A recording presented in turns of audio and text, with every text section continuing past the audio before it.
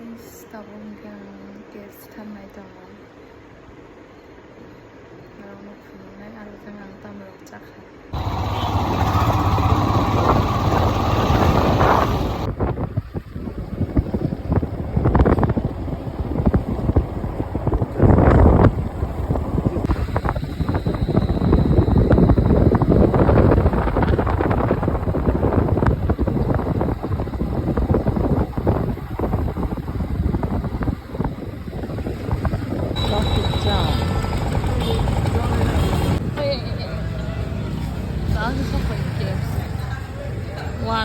পরে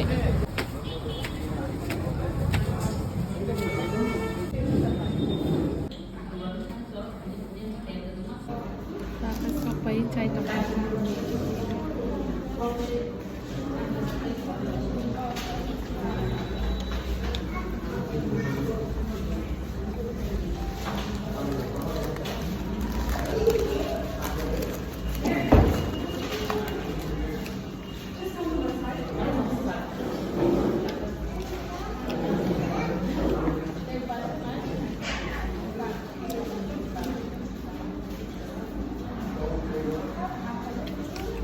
din sama banget deh nih kan.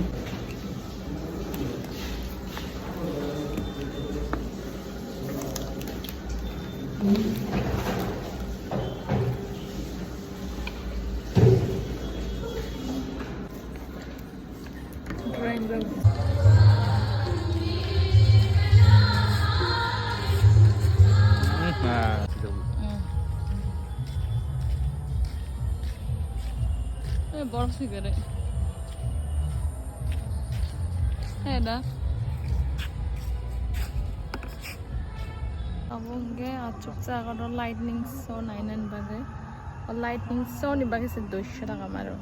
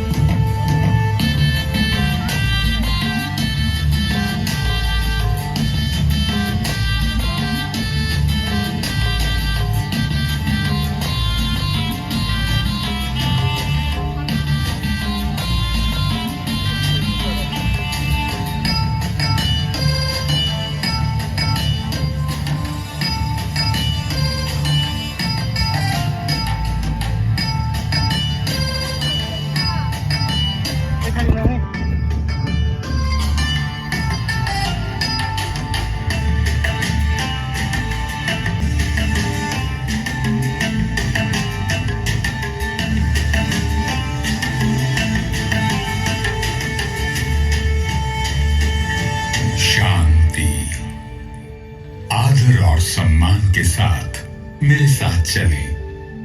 मैं आपको ले आया हूं 15वीं शताब्दी के त्रिपुरा में और ये है महाराजा धर्ममाणिक के प्रथम का राज दरबार। महाराज ने आज एक खास वजह से अपने चेलदई दुर्लभेंद्र को बुलवाया है। ब्राह्मण श्रेष्ठ, आप केवल शास्त्रों के ही ज्ञाता नहीं, आपको हमारे राजवंश का संपूर्ण इतिहास भी कंठस्थ है। मेरी इच्छा है कि आप सरल भाषा में वो कथा हमें सुनाएं और हमारे राजकवि बाणेश्वर और शुक्रेश्वर उसे ग्रंथ का स्वरूप दें। हे धर्मावतार, आपकी ये इच्छा श्रेयस्कर है, इसलिए मैं इसे अवश्य पूरी करूंगा। त्रिपुरा पर शासन करने वाले चंद्रवंश का इतिहास इतना ओजस्वी है कि उसे बार बार कहा और सुना जाना चाहिए। प्राचीन काल में चंद्रवंशी सम्राट ययाति के 5 पुत्र हुए, पुरु, यदु, तरवसु, अनु और द्रोह्यु। सभी ने अलग अलग दिशा में जाकर अपने राजवंशों की स्थापना की।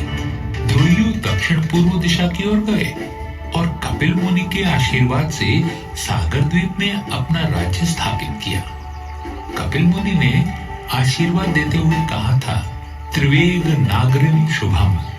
महाराज द्रोह्यु के 27वें वंशज पूर्व दिशा की ओर गए, जहां उन्होंने किरातों को परास्त किया।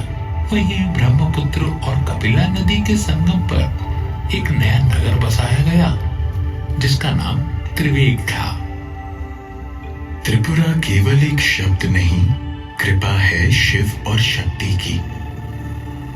पीठमाला तंत्र में स्वयं महादेव ने ये घोषणा की है कि धरती पर जहां भी माता सती के अंग गिरे वहीं शक्तिपीठ की स्थापना हुई। उसी ग्रंथ में संकलित एक श्लोक में कहा गया है, त्रिपुरा में देवी का दाहिना पैर गिरा। पूजनीय देवी को त्रिपुरा सुंदरी कहा जाता है और यहाँ स्थापित शिव का नाम त्रिपुरेश भैरव हुआ।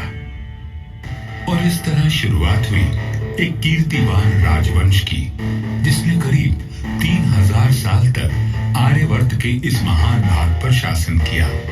महाभारत, पुराण और अनगिनत शास्त्रों में त्रिपुरा का उल्लेख मिल जाता है।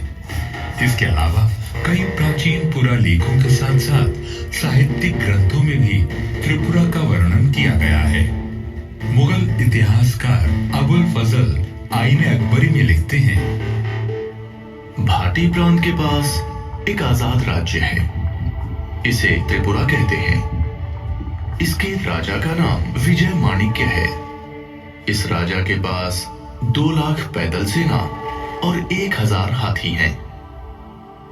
त्रिपुरा के इतिहास से तो आप परिचित हो गए, अब इस कथा के सूत्रधार से भी मिल लीजिए। शुभ्र कांति, उज्जवल मुख, उन्नत गुंबद, राजसी छप, सारा विश्व मुझे सम्मान से उज्जयंत महल कहकर पुकारता है। मेरा नामकरण किसने किया यह रहस्य इतिहास में कहीं खो गया है, परंतु मेरी नींव में मिले ताम्र पत्र पर लिखे संस्कृत श्लोक में मेरा नाम मिल जाता है। 1857 के भूकंप में अगरतला का राजमहल भी बुरी तरह से क्षतिग्रस्त हुआ। तब महाराजा राधा किशोर माणिक्य ने 1901 में मेरा निर्माण करवाया।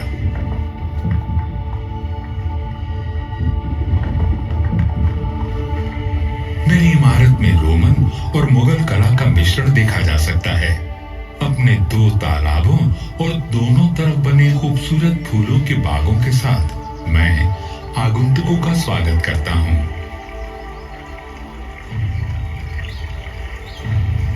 यहाँ के पर्वत त्रिपुरा वासियों के अदम्य स्वभाव के चिन्ह हैं। नदियां जैसे कला और संस्कृति की अविरल धारा का प्रतिबिंब। यहाँ के उदार जंगल जीवन को आश्रय देते हैं और यहाँ की प्राकृतिक सुंदरता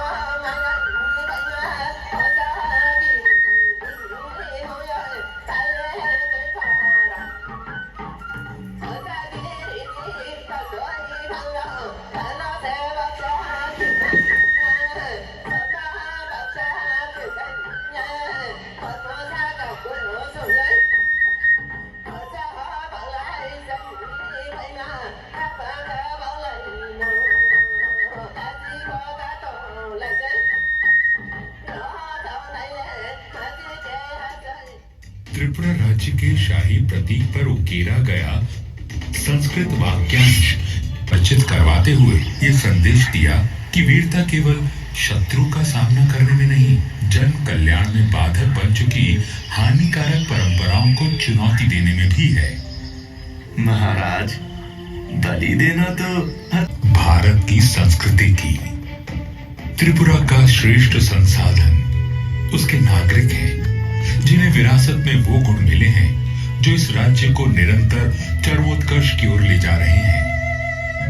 यहाँ बच्चों को बुलाने के लिए सतत प्रयासरत हैं। सबकी मंशा बस यही है, ओजस्वी त्रिपुरा, तेजस्वी त्रिपुरा, पूज्यंत त्रिपुरा की युग युगांतर तक जय